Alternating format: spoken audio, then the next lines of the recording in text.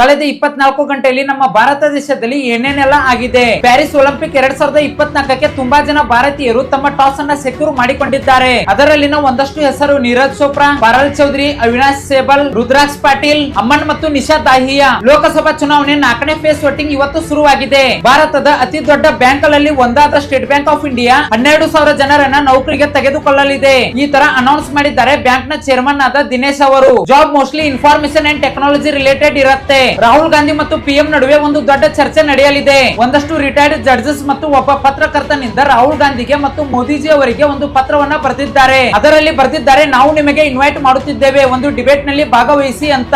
ಇದನ್ನ ನೋಡುತ್ತಿದ್ದಂತೆ ರಾಹುಲ್ ಗಾಂಧಿ ಅವರು ಇನ್ವಿಟೇಷನ್ ಅನ್ನ ಅಕ್ಸೆಪ್ಟ್ ಮಾಡಿದ್ದಾರೆ ಮತ್ತು ಪಿಎಂ ಮೋದಿ ಅವರ ಕಡೆಯಿಂದ ಉತ್ತರ ಬರೋದು ಬಾಕಿ ಇದೆ. ಈ ಒಂದು ಡಿಬೇಟ್ ಆಗ್ಬೇಕಾ ಅಥವಾ ಆಗ್ಬಾರ್ದಾ ಅಂತ ಕಾಮೆಂಟ್ ಮಾಡಿ. ಪಾಕಿಸ್ತಾನ ಆಕ್ಯುಪೈಡ್ ಕಾಶ್ಮೀರದಲ್ಲಿ ಪ್ರಜೆಗಳು ಪಾಕಿಸ್ತಾನ ಆರ್ಮಿಯನ್ನ ಸಿಕ್ಕಲ್ಲಿ ಹುಡುಕಿಕೊಂಡು ಹೊಡೆಯುತ್ತಿದ್ದಾರೆ. Pakistan government PoK